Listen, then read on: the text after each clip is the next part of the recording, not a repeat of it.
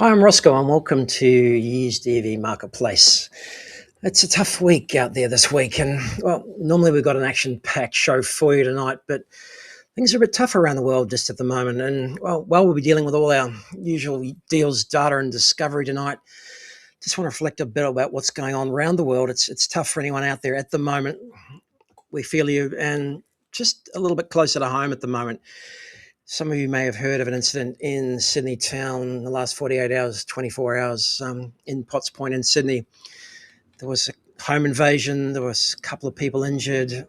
Someone else was, the police took care of a problem in that regard. But that was in our neighbourhood. That was right near where we live. And our heart goes out to those couple that were injured. We know them. They're our neighbours. They're our friends. And look, fortunately, we've got a big show tonight. We're carrying on regardless. We've got Chris Vanderstock here, who's hopefully going to entertain us. Some of you may know Chris as a YouTuber, car reviewer, EV advocate, and just passionate EV owner about all things EVs over the last 5 or 6 years. I'm looking forward to speaking to Chris in the second half. He's agreed to join us. We really appreciate it to chat about his ownership experiences with a couple of EVs. Looking forward to that. And of course, I'd love to hear a bit more detail about that High Court win again. I can't stop hearing about that. It's our castle moment, if you like, that movie, The Castle, where, well, let's hear from Chris a bit later on. I can't wait to hear from him, but we'll move on. And of course, we've got another great story tonight about a very, very new, but perhaps old Model Y, which has already done 335,000 Ks. Now, this got listed a couple of days ago, and I'm just absolutely amazed. First thing that jumped to mind was, what's the battery on it like? And of course, well, we did some deep research. I sent Nathan out from Test EV. You know, he's not sponsoring us yet. He's just a good mate, and we're right on board with battery testing. So, look, we sent him out there, and he's going to report in a bit later on what he found, because I think the results might really surprise you. But welcome, everybody. If you're watching live, thanks for joining me tonight. It is a tough night. It's a tough week. We're still enjoying maybe just getting into our cave tonight and just burying ourselves in used EV news. And look, it's for those of you watching live, who knows what's going on. For those of you catching up on Facebook or YouTube later on, thanks for joining us. We really appreciate you being with us on EV Night. But hey, let's dive straight into it now. And of course, first up,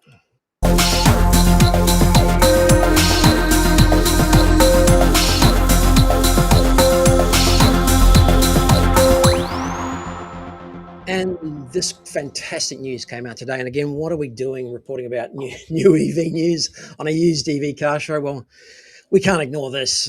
These new cars, these new EVs are going to be used very shortly, and this really affects the used EV market. But for the first time ever, China-sourced cars have been the biggest source of cars in the country, not just EVs, but cars in general. And it's been 28 years since Japan has held that mantle in Australia, and I think this is a real big turning point. Of course, prior to that, and 28 years ago, it was only 1998. So during the 90s, it was, of course, the two big Australian manufacturers. It was the British and a few Europeans, but Japanese took care of that. Now the Chinese are coming, and we've all heard about Chinese car companies coming. We embrace them with open arms. There's going to be some wins. There's going to be some losses. There'll be some companies that are not here in the future, but what a dynamic time and an exciting time to be in the used EV market as we see these cars coming to light. Some great new cars. It's what's going to matter and what's going to count. And I was just talking to a colleague the other day, is that they can all try, they can all compete, they can all try and sell cars, but it's the service, the backup, the spare parts, all those sorts of factors which are going to mean whether they're going to be successful in the long term. That's what's going to make it important as far as I'm concerned, that backup. And of course, Tesla have done it. BYD are coming. It's just a matter of who's next, who commits, and who can bring the customer service all the way through the chain. So we're going to get long battery life out of these cars. That's one of the things that's really surprised me. Took a big bet and maybe a gamble on this industry about some unknowns, and copped a lot of flack. All of us have. But hey, listen, it's great to see some of these cars going much longer than we expected. That gives me great confidence. But the manufacturers are going to have to come along behind, make sure that their service is up to scratch on these cars. Battery electric vehicles accounted for 11.8 8% of the whole market. So that's the other great thing this month. Big bounce back, and probably Tom and the guys will do a deeper dive on this a bit later on. They'll go through the numbers, look at some of the preliminary numbers on the new EVs. We're just looking at the headline numbers here, and just we are really thrilled that the top line numbers jumped again to 11.8 and pure EVs. Again, that keeps flowing through to the used market. We've said it before, we'll say it again, this is a rocky road, and there's going to be many ups and downs, but I think the trend is still going to be up. We're looking forward to these cars coming to market. Very excited. And just, I think, again, we're at a turning point now. After 28 years, Japan has overtaken China as the largest source of vehicles for the Australian market in a single month, says Mr. Weber from the Federal Chamber of Automotive Industries. And they're the ones that collate most of the data, apart from a couple of exceptions like Polestar and Tesla, for new car sales. Notably, a couple of majors were down and a few others were up, and BYD is really starting to make some inroads. There's no doubt about it. I'm excited to see it. I welcome them with all open arms. It's an exciting time to be in this industry. Innovation, new brands, new models. What a great time to come in and just start exploring this. So we're right on board. Really excited to see this news. So that's our breaking news for this week, and you'll see a lot more of that. And welcome Hal, and welcome back, Joseph. How are you doing? Sounds like you've been around the world for a couple of weeks. Welcome back. No doubt you've seen a couple of things in China again this time that'll keep surprising us as well. And plenty of new models on the way, but again, plenty of new models coming to the used market as well, which we're looking forward to.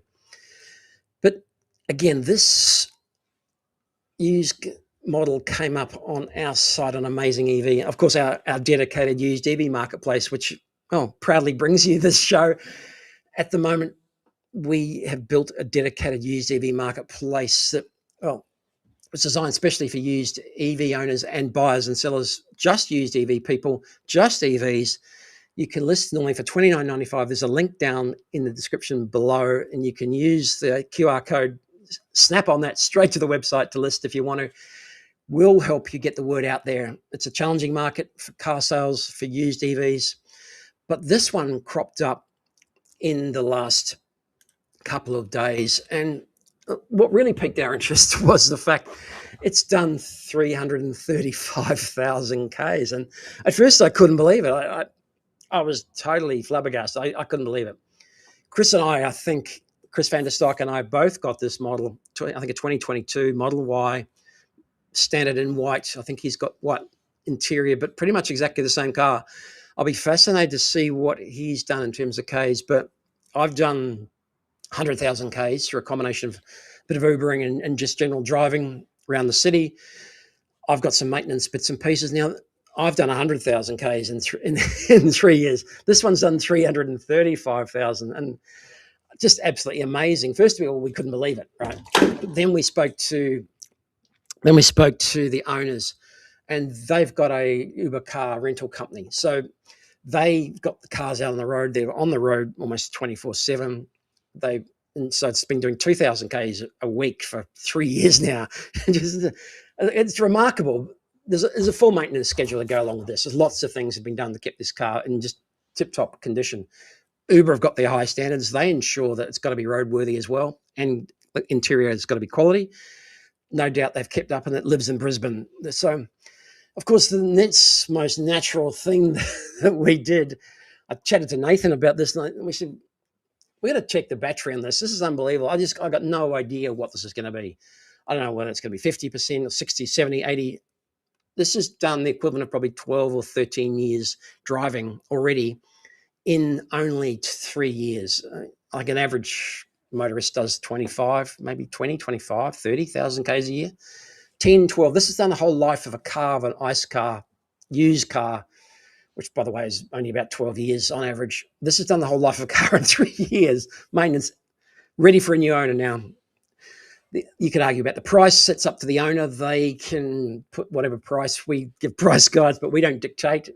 It's up to them. You can argue to them all you like. Well, without further ado, we have a chat. We sent Nathan out on location, and he came back with this.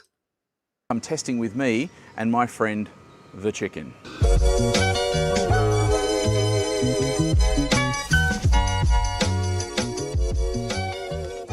Hi, I've come on down to test a Tesla Model Y that's done a 336,000 kilometres. We're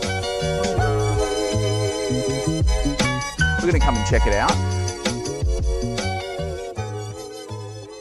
So here we are with our vehicle. We've got that 360 k's on the clock. Our Avaloo device and the cable is now set up down the back here. Start by putting it into gear, plug in the device, but it'll look for the vehicle that we've got and it will start the test automatically. Let's see what we end up with.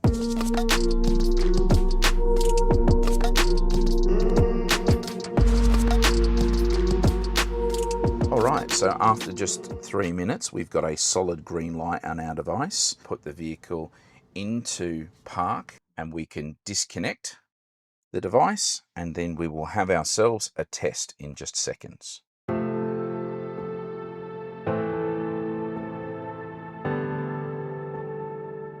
So our little device has got us a 86.6% battery health on a car with 336,000 Ks. That's going to give whoever takes on this vehicle the opportunity to get great range out of a really nice car, which after a bit of a cleanup will be an absolutely fantastic family wagon for a good price. 336,000 Ks and 86.6%. What more would you want? Then I'm gone with the night.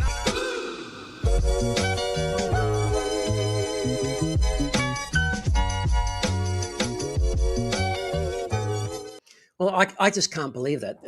Look, it's clear Nathan has been a car salesman in a former life.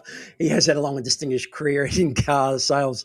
But we just were amazed by this. I don't know what you guys think. This has exceeded all my expectations. And there's a lot of data out there. Everyone's posting stuff. EV batteries are lasting longer than you'd expect. This is just extraordinary. I'm just really surprised at how high this is, and there's more details on that. This is privy to the owners. Unfortunately, we haven't gone too far, but it states it's average. And look, and at around about 51 kilowatt hours usable capacity, if we want to get down to it out of an original 61. So this is just incredible. I mean, talk about second life, talk about recycling, talk about whatever you like, talking about getting another 10 years out of this. This is our proof that these batteries are lasting a lot longer. Again, caveat, there's always problems here and there, but this is just remarkable. And I don't know what's going to happen next, but hopefully the next owner can take this car on, but without too many worries now. This is going to give them a lot more confidence. And so this is why we're so keen on these battery checks and why we're backing it and hope to see a lot more of it. Of course, that also made us think about some of the other cars out there. So I thought I'd have a cruise around the marketplace and just see how high a Ks we could find. And we did go to the dark side to have a look at this in a bit more detail, but absolutely remarkable how high, 415,000 Ks, Tesla Model X. And we don't know, here's our Tesla Model Y on the opposition's website here, but we don't know the other owners. Just remarkable. 415,000 Ks on a Model X. Again, don't know what it's had done to it. Don't know what it's. This one's been around for a while. A few Model S's, 258. No doubt they were. I think that one was a hire car for sure. Old-fashioned limousine, Sydney hire car. Just they would have done a fair number of Ks. They might. No details about whether they've got free supercharging or not. Tesla Model 3, this is the first one, up 230,000. I know there's more. I've seen them online. If you let me know, I'm not having a competition here, but let me know the highest K Model Y you've seen. If you've seen something better than the 335,000, let us know, because I'd love to see it. And these are the ones just for sale at the moment. This one's been around for a while. We've been following this one for quite some time. 225,000 Ks and $225,000. So that's a hell of a lot of Ks for a Tesla Roadster. Maybe that's not quite right. You wouldn't imagine how you could do 225,000 Ks in a Roadster. But a lot of S's there, and then a couple of threes again, 214,000. Just amazing. We'll get some more details on some battery checks here, but quite a few S's out there, and some of them have had some work. Some of them, we've got one on AmazingEV at the moment that has done I think just as we had a Model S, there it is, Model X, Model S, Model X, done 100, no, might have been sold. So we had one there that had done a bit more as well. But we also had a BYD Atto 3 not so long ago that had done 198,000 as an Uber. So you'd be wary. If anything's done exceptional Ks, it just stands to reason. It could be good buying. No doubt it's definitely worth a battery check as well as a mechanical check to see what else has been maintained and what else has been done. But it's probably been either a hire car or an Uber or a rental car. And we haven't seen any rental cars come through just yet. But it's probably, if these sort of cases, no doubt I'd say it's been Ubered. But just fascinating about what's happening. These cars are getting extraordinary Ks. I mean, you see Falcons, you see the old taxis and doing 500, 600,000 Ks. I had the father in the back of a cab one day. We looked over and I was in the front and it was almost about to tick over 1 million Ks. And I don't know how many times that had been done, that Falcon, but sort of a thing of the past. Ubers have got to be only under 6 years old, I think. But yeah, this is really, really reassuring to me as a promoter of this business and this industry, how fantastic when people are worried about them getting past 50 and 60,000 Ks. When I'd be saying to sell an ICE car, I'm more than happy keeping the Tesla for a long time to come. So thrilled to bits, absolutely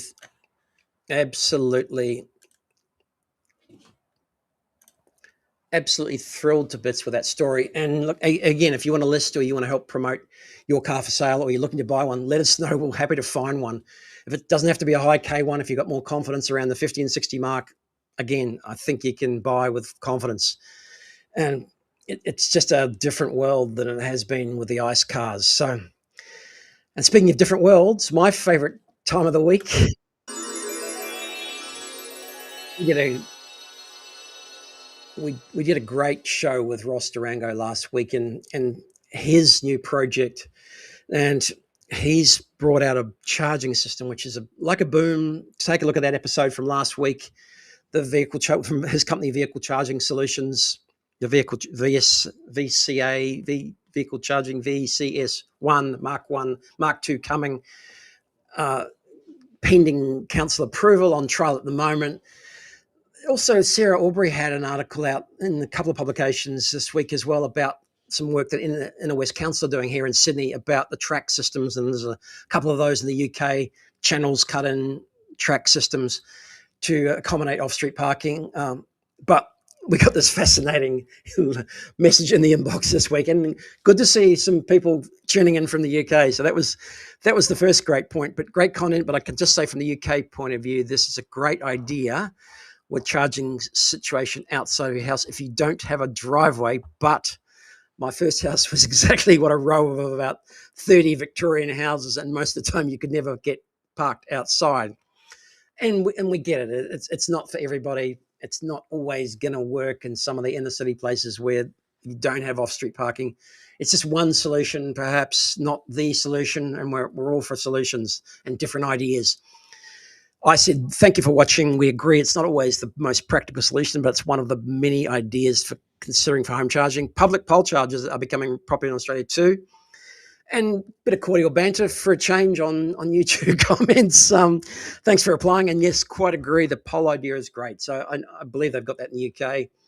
Just saw, and this continues to roll out in Sydney, hopefully rolling out in other cities as well, because they seem to be really popular, the pole charging situation. So don't forget also, Ross has got his EV meetup group in Sydney, the Sydney version for Sydney siders. We're going tomorrow night. It's a business network. It's a EV hookup. Anybody interested in the EV space as a business person or just an owner or anyone that's interested in getting more involved in networking, they've got a couple of speeches. Ross is organising. It's in the city. Go to his LinkedIn site, and I've got the LinkedIn. I think I've got the LinkedIn link down below in the description. He'll be there. I'll be there. Have a chat to me, and we can catch up there. But tickets are $40, I think, for nibblies and light refreshments and cover costs. But great opportunity. And this was all timed, of course, just pre Everything Electric, which was supposed to be this weekend, if you recall. So, yeah, that never mind. Looking forward to that in September now, but that was all timed in accordingly as well. So great to see that message. So So great to see that message from the UK. And also keep an eye out on Sunday night. We've just started a bit more of a cruisy EV session on a Sunday cruisy EV session where we're cruising all the markets across the internet for used EVs. Some of the best deals. Last week on Sunday night, Mrs. Amazing was away, so I crept onto the internet and, well, we just had a lazy session looking for a good comparison between new or used EVs at the 35K mark. So we'll be back this week. There's been a couple of new models out this week which hit that new mark, so a couple that we missed, but great comment. And this is the sort of thing I look forward to when I've reached YouTube status like this. I work from home. Enjoy your shows running in the background. Very interesting information and enjoyable to listen to. I'm looking at a used EV very soon, so this is a great tool. So that's what we're trying to achieve. Just pin it on, cruise around, look for something, drop us a message. We'll look for it as well. Different theme every week. And this week I'm going to look for a few outliers, a few unloved EVs that have probably gone through and not quite been good sellers, particularly some from the OEMs where you can expect some good service, good parts, and follow-up and backup. Not some unknown brands, but just some of the ones that didn't quite hit the mark and are coming onto the used EV market now as maybe even demos. And we're going to check out some of those unloved ones and see if there's some deals amongst them. So look forward to that again, just cruising for EVs on a Sunday night.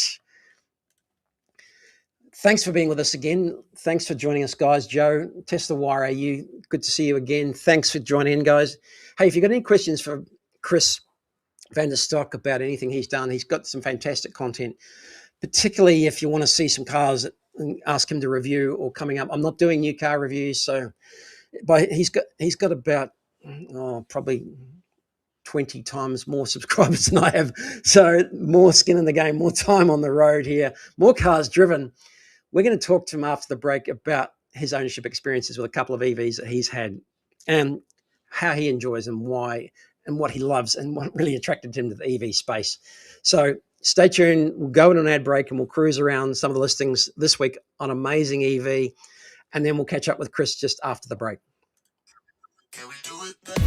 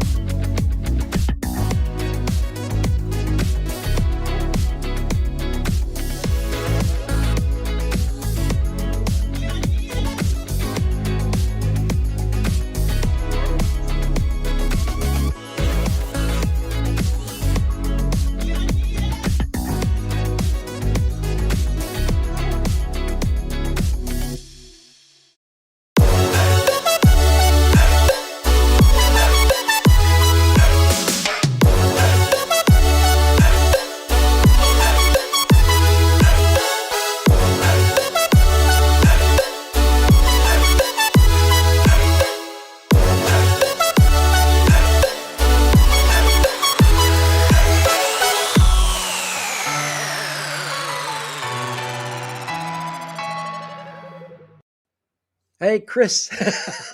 Hey, How how you you doing, doing? Chris? Good to see you, and thanks for joining us. Really appreciate your time, and we're going to get straight into it, and without the intros. And hey, tell us what was your big EV aha moment? What got you into all this in the first place?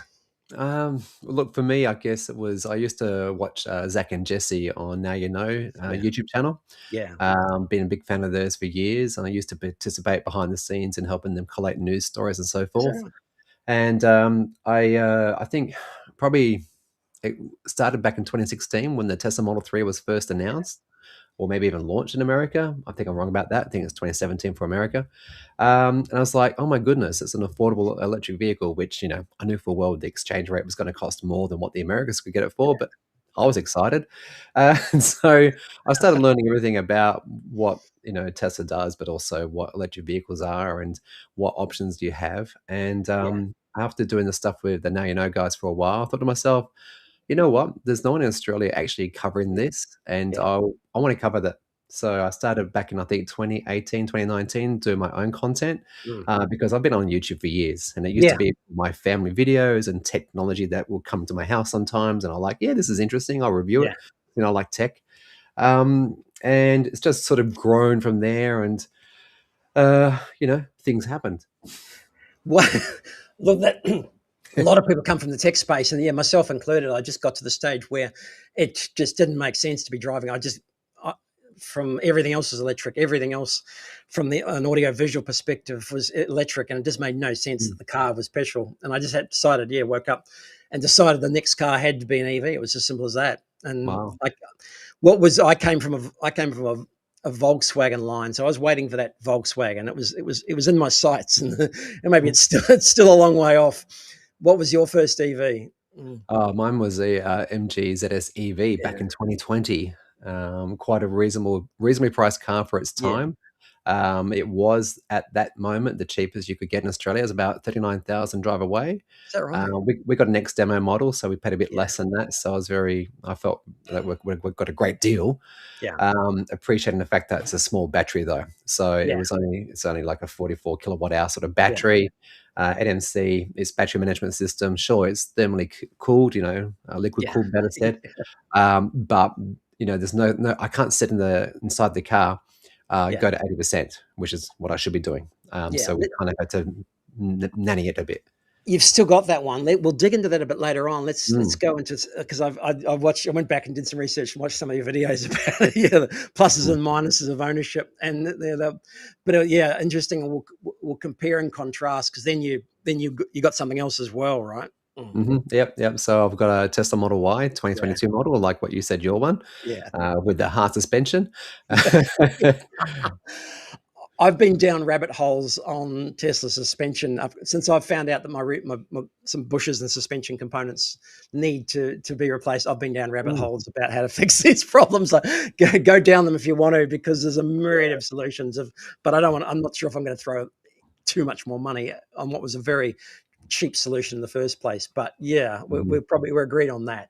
But Yeah, exactly. Well, like this last year, like in 25, we hit a bit over 65,000 kilometers. So yeah, we still haven't reached the warranty yet, but yeah, this year it will, obviously. yeah, So I'll definitely be getting an inspection where you got to yeah, pay a bit of money for Tesla to yeah, do a thorough inspection. Because yeah, I'm aware of those issues. yeah. We'll come, as you're saying, we'll come back to that and dig bit deeper down into Mm, what you've done and what it's been like owning the two, because it's an interesting comparison. And then later on, I would like to investigate some of the other lots of cars that you've driven. Again, check out mm. Chris's YouTube channel, his main one for cars. You've got the other one for tech as well, Yeah, and for family. family. But Yeah, family. yeah, the car. Let's stick with the car one for now. Yeah, yeah. And yeah, you've driven some things that lots of other people don't drive as well. And so Mm, that's really interesting. Again, if anyone wants to see something that Chris should drive or wants to drive, let us know in the messages, because yeah, I, not everyone's covering it apart from the press release. Yeah, what's coming out in the press releases, right? So, mhm, but let's just go back in time, because again, I get a lot of people know you or may not know you for something pretty famous, and that was the High Court case against Victoria. And mm, I've spoiled it by putting up the result, putting up the result there, but that's pretty well known now. But can you take us back to how the mm. heck did you get involved with this? Yeah. Well, Basically, I used to do a lot of electric vehicle news and so forth, and Yeah, the premise for that was I too was thinking about we should be doing better by our kids and the yeah, environment and our communities and yeah, improving the health and well-being of everybody, yeah, and vehicles are part of that solution. And Tim Palace comes along and thinks he's well, there's a minority out there, two, yeah, three population are buying these electric vehicles. yeah, By his rationale, we're not paying for our fair use of roads, yeah, even though car rego is actually a federal. I mean, sorry, not a federal. Fuel excise is a federal tax, yeah. and actually, fuel excise doesn't pay for roads. So we'll have No, that no, conversation it later. goes into general revenue, doesn't Yeah, it? For the yeah, if you exactly. want to dig a bit deeper into that, that's another Exactly. story, isn't Yeah, I it? know, and we can argue that till cars go home because Yeah, um, uh, I was really incensed and really quite angry that this person was actually literally putting the brakes on mm, something that this evolution that is electric vehicles, and they can decarbonize it. I fill my car frequently with just solar or exactly, battery, exactly. and I don't need to draw any coal from the grid, no Mm, gas from the grid. And that those two cars out there, their carbon footprint is getting better yeah, day by day, which is something you can't say for petrol or diesel cars. And I knew Kath through the Australian Electric Vehicle mm. Association, and That's you Kat know, there. I'm sorry, yeah, I don't know her, and I've not done enough research on your mhm. co plaintiff. Yeah, Yeah, co-plaintiff, yeah, exactly. And so Kath and I were kind of like, what can be done about this? And yeah, we've all got some friends, and the yeah, legal advice was, well, you can't do it for the environmental aspect, but you can do it for the federal tax law yeah, perspective. So we challenged on that ground, mm, where we said it was unconstitutional for the yeah, Victorian government to be levying basically a tax on a consumption of a vehicle.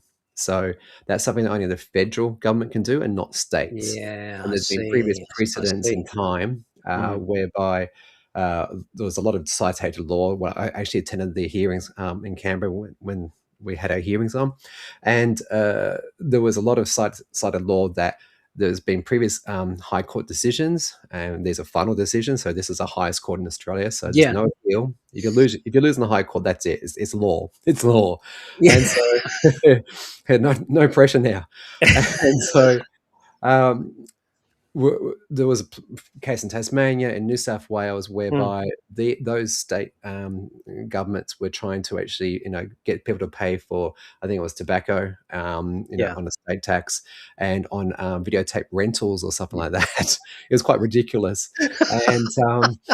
and so our lawyers and our barristers, Mm, they successfully argued, and that was the best day ever, yeah, that what Victoria is doing here is essentially an excise, and that yeah, is only something that the federal government can do.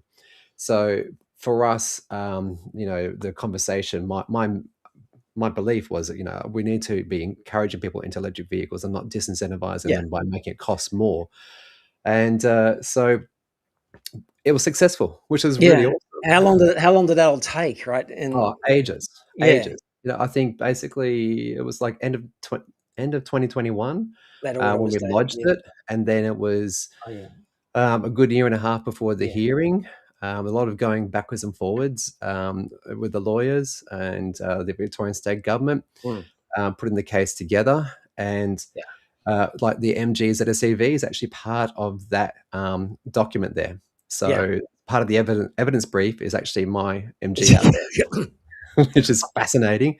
And so during That's that, you're right, it's you got to go. be worth more money on the used market. It's part of evidence of a major court case. It's Oh, got to that would be put in the awesome. Powerhouse Museum. Mm, I'm thinking of upgrading to a new secondhand car. I don't want to yeah, buy a new car. I'm done with that. Um, but you're right. I think maybe there's something in there.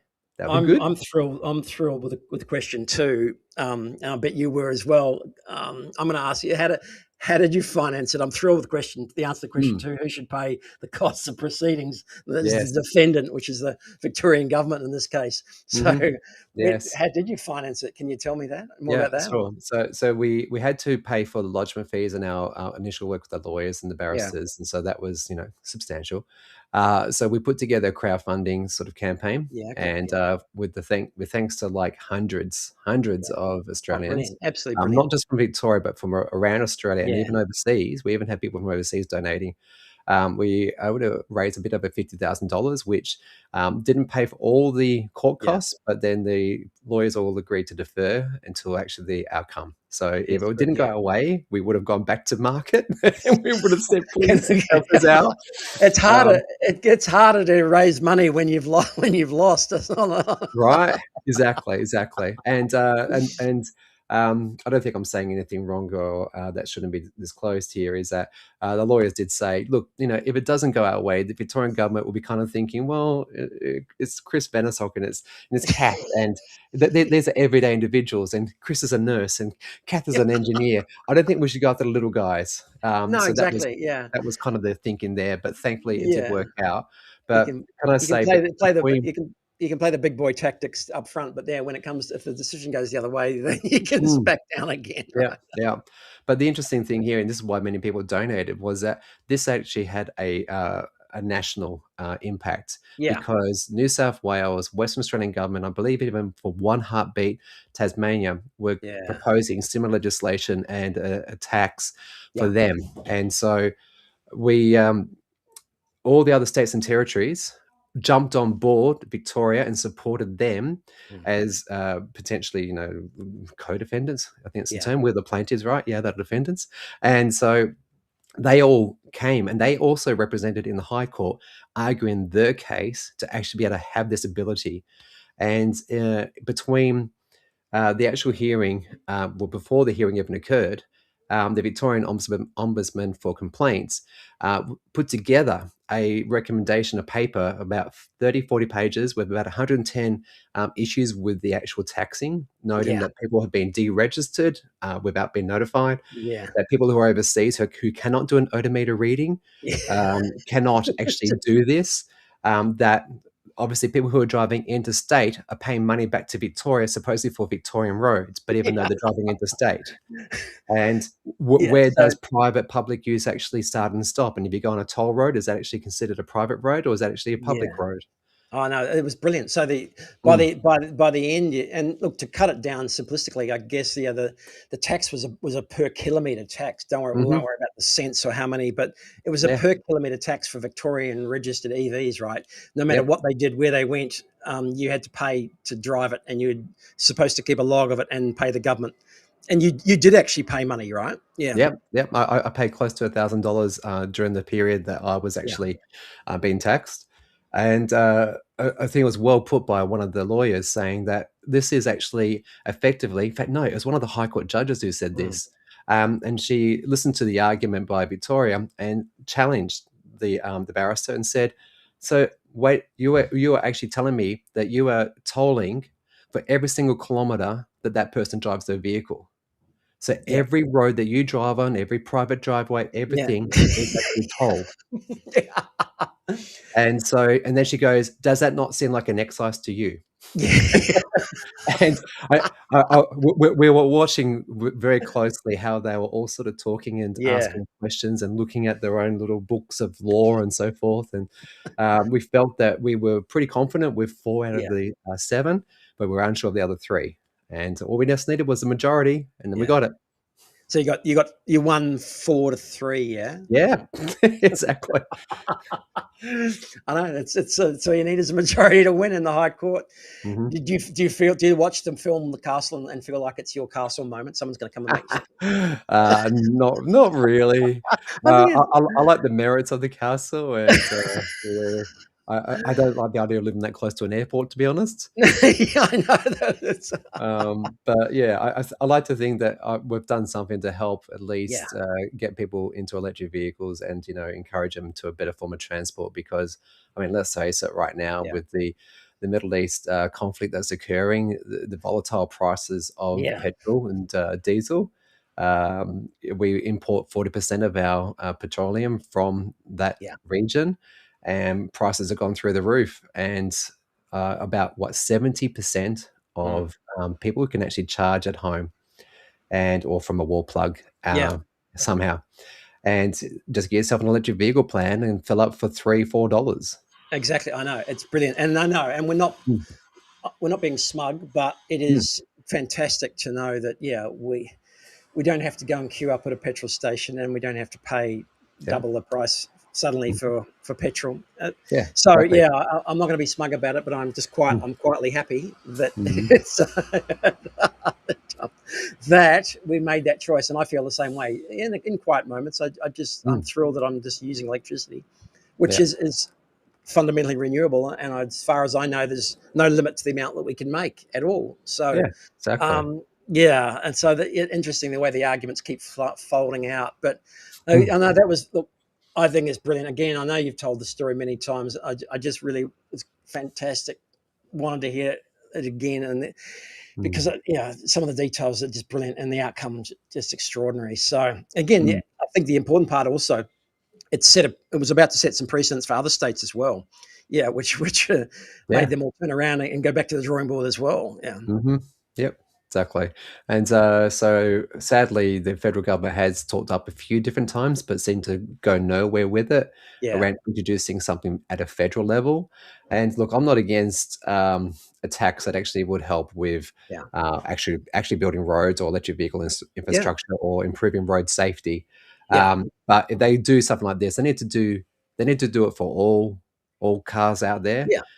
So think of it as a disincentive. So if you've got a petrol and diesel car right now, you're going to be still paying your fuel excise, and then you're still going to pay some sort of extra rego fee, which realistically probably should just be a flat fee, in my opinion, based upon the weight of a vehicle. So that if you go for the dirty, great big 3-ton Ram, Dodge, disgusting vehicle, I'm with you. Keep going. It's okay. I'm with you. They should be the ones paying for the roads. The trucks do the most damage. It's exponential. It's not a linear thing. And so the ones who actually, and that's the ironic thing too, by the way. I like this fact that last time I looked into the actual revenue versus the monies that go in for fuel excise, the majority of it actually goes back to the ones who do the most damage to our roads, trucks, and the ones who actually burn the dirtiest and the most fuel ever, and that is commercial industry. So they get fuel rebates. So the government only gets about $6 billion per year, which surprisingly they spend on healthcare related to dirty exhaust. So guess what? I'm with you. It's a very conflicting set of legislation across the board. So any argument put up, as you know now, about taxing EVs because they aren't picking up road use charges in other ways, or they need to make it more balanced. It needs a full investigation and examination of the whole of the structure of everything else that's in place at the same time. It cannot. It's not another independent. But hey, look, I know we could go on and talk about it, but congratulations on that again.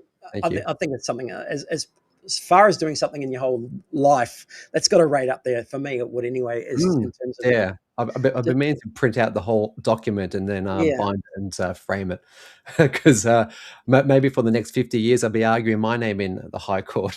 Look, I mean, whether it's yourself or I think there's a story there about putting it, like a 1 or 2 hour story about bringing the whole thing together somehow. I reckon in the annals of Australian EV history, I think there's a 1 or 2 hour documentary there somehow. I reckon. So I hope that gets made one day. But hey, back to your cars now. When you bought the MG, and again, I wasn't even in the picture at this stage when this court case took place. I am a Johnny cunt lately. I started looking mid 22, I think. Polestar, Atto 3, Tesla Model 3, Tesla Model Y, just about to come out. MG, I'd seen ZF's EVs. I think it was an Ionic, the original Ionic, half a dozen plus the Leaf, of course, and the iMEV. But so whatever. Count them on 2 hands by that stage, right? Did you get into the MG because you needed to have something at that stage, and that was the best option available? It was the most affordable option at the time. And so, now, like, what we've got Aura, and there's Yeah. plenty of things out there. Atto One, oh my Yeah. gosh, there's so many great cars that are around the high 20s, low 30s, Yeah. brand new. Because this Here's is the here's thing. Uh, here's you way back in the day. Look with your the MG. I'm a baby. There's funky. With still no hair, still no hair. there's funky Chris. Yeah, yeah. So that's my He's car. funky Chris with the MG owner for the first time. Has got a different look to MG Yeah, to Tesla Model Y Chris. But yeah, that's exactly. we're talking what 2020 here. I mean, it's not. I know it's not long ago. This is the one where you covered all the positives and negatives, and Yeah. but yeah, I'm curious about the choices. Again, it was a trade-off, and I interrupted you. My apologies, and Mm, about what was available then. And yeah. but did you? I I mean, felt like I just had to have one, right? And okay. we're lucky. I think I had a few more choices. I could have gone a Polestar 2. I could have gone an Atto 3. I think. I pushed and waited a bit longer for the Model Y, just at the end of 22. Righto. So, Yeah. I think but back for in us, 20, yeah, I back in missed the 20, opportunity with the Model 3, and, when we were in 2022, we still had, at that time, Kia Carnival, Grand yeah, Carnival, and, the older kids weren't traveling with us very much at all, and yeah, we thought, "You know what? We really enjoyed the electric experience." We used that mostly, yeah, and, we hated filling up at the Bowser, and it came with some ridiculous repair bill one time. It needed new disc brakes, and it yeah, needed something done to its steering, and the repair bill was $1,600, and this yeah, is back in 2022, yeah. which I don't know, it's 2 grand now. Oh Make yeah, it yeah, up. And we just thought, "You know what? Let's just get into the, Tesla Model Y," mm, because, I myself, I prefer higher cars like an SUV. The Model yeah, 3 and the Polestar 2 are a bit low for my liking. Been a big fan of the iNote 5 for many a year, but the yeah, MCU issue has always been, well, an issue. yeah. They're up there. They're up there. Mm, yeah.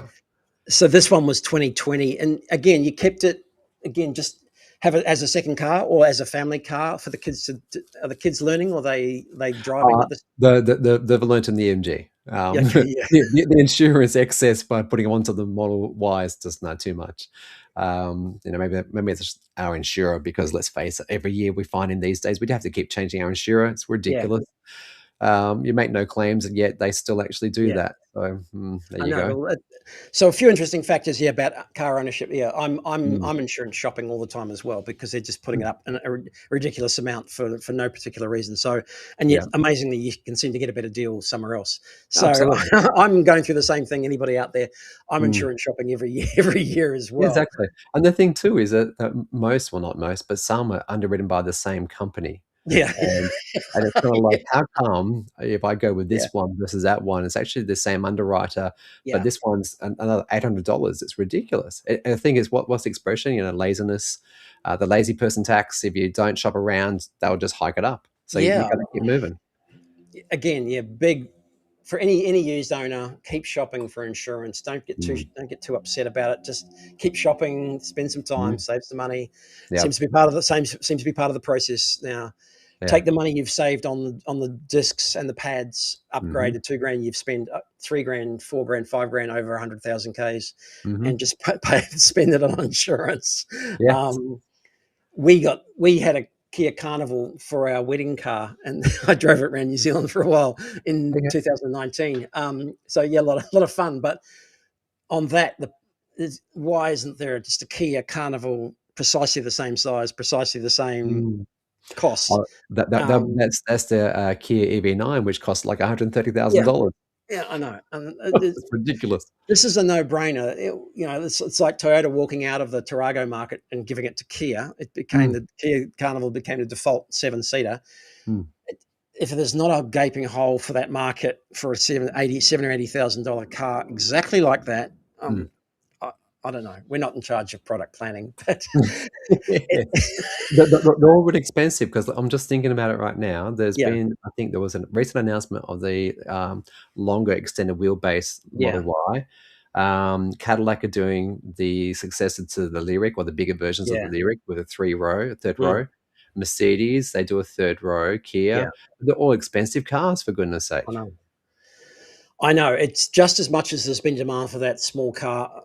this is exactly where families need to be in that 3 Mm. rows.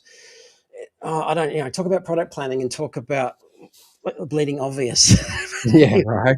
And yeah, and I haven't been in, but I know people who have been in Yeah, a third row Tesla Model Y, and unless you're a kid and you're happy mm, doing that next to the glass, you I know. it's not a good experience. There's a few years later. There's Tesla Model Y, Chris, who's changed. But look, yeah. Again, did you was it a natural choice for you to buy a Y at that stage, or were you still Yeah, toying with some yeah. other things? Yeah, definitely, 'cause, I know a lot of people have got Teslas and they really enjoy the Yeah, experience, and it does make for an easier ownership experience. yeah, And, between, the prices, it was very competitive compared to the offerings of Kia and Hyundai because, yeah, to be honest, my favorite car still is really the Ioniq 5. yeah, yeah, Um, yeah. and, I love that car too. It was yeah, just Lancia Integrale. Look, shadow for me from the first day. So when they made the 5N, it was just unbelievable. Yeah, right, exactly. A good-looking vehicle yeah, indeed, and handles beautifully, well-equipped. Just the price tag was, I think, an yeah, easy 10 grand above what Tesla was asking, and in fact, yeah, even more. And when we purchased in 2022, the Model Y was like, what, 76,000 for the, yeah, standard range? Very expensive compared to now. yeah, And, that was a bit of a stretch for us, and, yeah, I was just like, "Well, I would like to go for the Ioniq, but we can't afford that, so we'll just do Tesla because, it's yeah. an easy experience." Yeah, and there's a plug. Have a look on the website. I've got an Ioniq 5, 3 years old, for less than 40 now. Done about 25,000 Ks. Right? It's Mm, just that's it's not a absolute lot. brand spanking new, basically. Yeah, just Um, been broken in. it's literally brand new in in the EV world. It's Yeah, going to be completely different. But yeah, I felt the same thing about Tesla.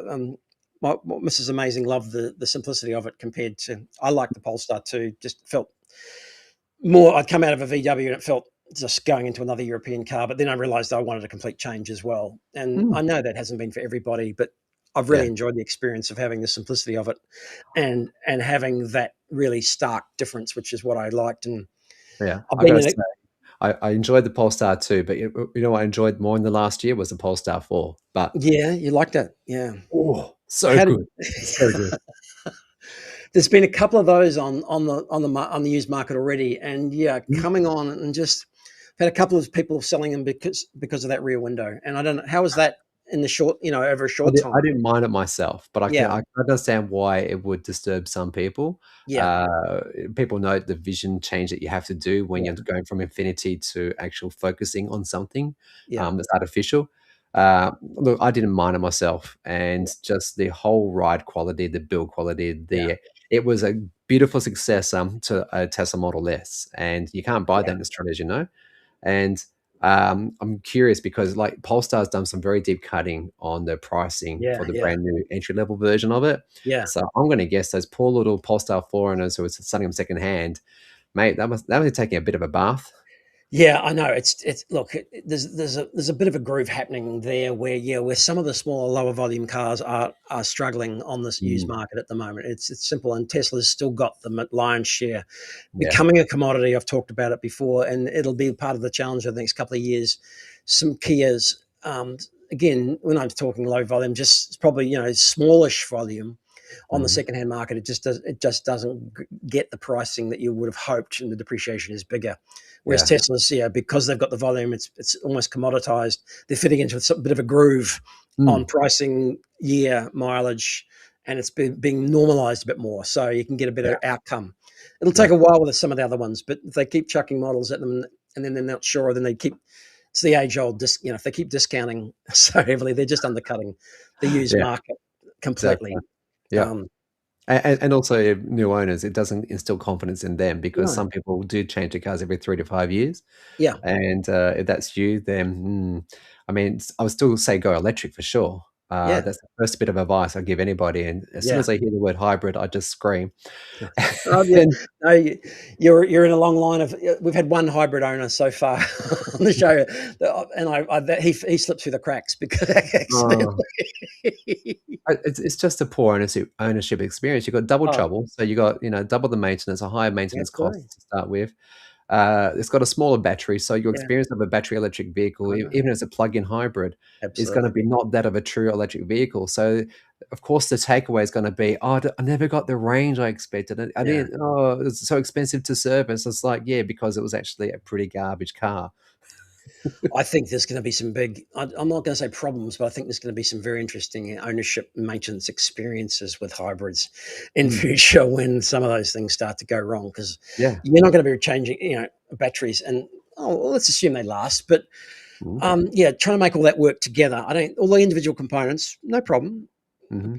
They'll have their day, but trying to make them all work together on a long term basis, yeah, I'm terribly concerned. And the brake Mm. wear as well as the clutch wear and everything else Yeah, again and that again and interface, again. that awkward interface indeed. On it goes. So no, we're anti the marketplace. I've held strong and said just EVs and only EVs, and we're going to stick to that. Mhm. I've reviewed it 50 times, and each time I come back to the same conclusion. Yeah. And we could get onto utes and trucks, but we won't start getting stuck into particular brands and their choice of utes. And anyway, Yeah. what else have you driven that you really like, which you think is going to stand the Cool. test of time? Well, but to be honest, as much of it irks me, BYD actually do some good cars. That the Shark and stuff like that, I've never reviewed, obviously, because it's a Yeah, plug-in hybrid. But the Sea Line 7 was absolutely lovely and yeah, delightful and very price competitive. yeah, The MG S5 EV was a great car too, another very good value package.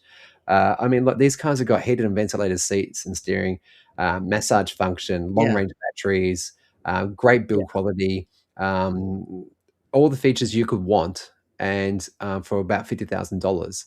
So just give those 2 3 years, and you're going to see them showing up in the secondhand yeah. market. They're going to be a steal, I absolute know. steal. I can't wait. And it's that MG5 SEV, the one you mentioned. Yeah, yeah. Yeah, they've done virtually no promotion of that.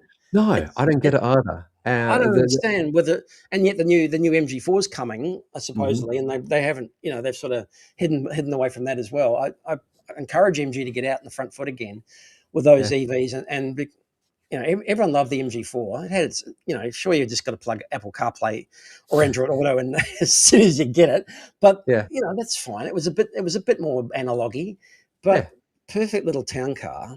Yeah, Um, it's a great second car for us. It would be an ideal car for us. yeah, and for the owners like yourself of the old MG ZS EV and the new Mm, five, it should just be a natural swap over, right? It should just be yeah, okay. We'll get you out of that and bring everybody who owns one of those and say, hey, mm. we'll do you a deal on that. Just keep it because that's supposed to be the natural successor. But anyway, Yeah, don't know. I'm that conundrum driver or buyer rather.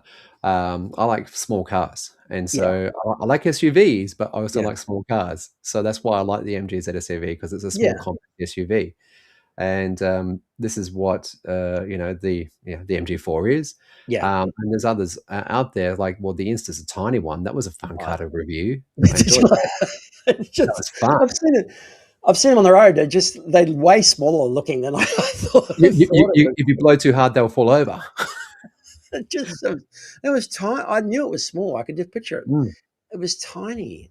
Yeah, yeah, I they are just I was tiny. I'm, Just a I'm bit too 40. teeny for my liking, but get the right price on those things, and I no doubts whatsoever that they Mm, will do well.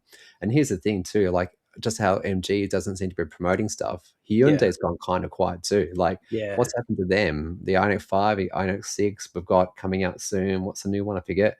Anyway, the Kia seems to have overtaken them in that space, and yeah. yeah. That new one, the Alexio, Mm, the Hyundai Alexio, again, moving away from the Ionic name, mm, and yeah, that was the name that they sold everybody. Quality, everyone loved, but they mm, because they're we could go on all night, but the Ionic fives, yeah, they put the prices up down in the US, but they put them up mm. here. All right, Yeah. so Yeah, exactly, yeah, and they got some bad press for the and MCU issue, so that was not good. yeah, there's been a few. Yeah. Anything else that you're moving a bit forward and then jump into some cars that maybe you're looking forward to driving this year before we wrap it up? Yeah, sure. So I've got coming up, after much going backwards and forwards. Oh my goodness, it's been crazy. The Zeekr 7X, they'll be sometime this month, I think it Yeah. is. I'm getting into it rather.